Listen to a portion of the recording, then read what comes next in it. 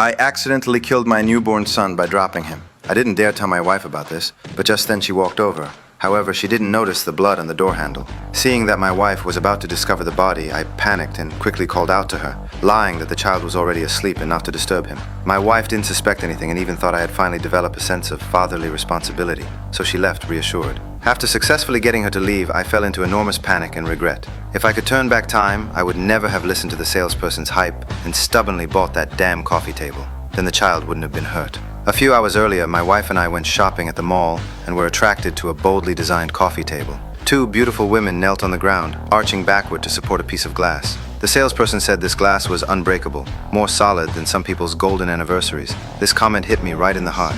I had been married for 15 years and always felt stifled. My wife made all the decisions in our household. My wounded pride made me insist on buying the coffee table, but my wife opposed the purchase. We got into an argument and accidentally frightened the child to tears. She angrily left with the baby. I took the opportunity to pay for and buy the coffee table.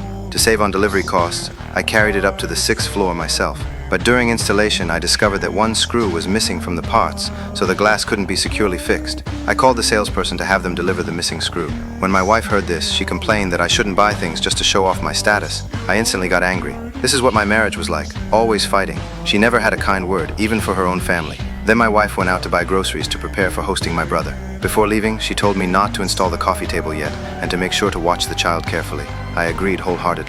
As soon as she left, the child suddenly burst into tears as if sensing something. I quickly picked up my son. Ay, qué mala la mamá. Ay, no, no. Qué despertar, niño guapo.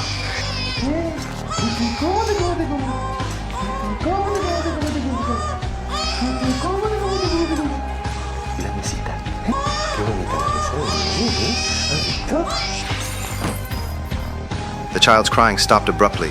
I had intended to place the child on the coffee table to let him appreciate my sophisticated taste, but because the glass wasn't securely fixed, it suddenly fell down. The shattered fragments were extremely sharp and accidentally killed my son. I was instantly terrified. At this moment, my wife was still immersed in the happiness of having a precious son.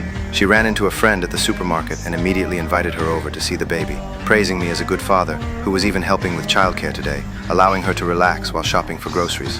Little did she know that I was staring at my bloodied child with a blank mind. My son was born after my wife underwent 2 years of IVF treatments.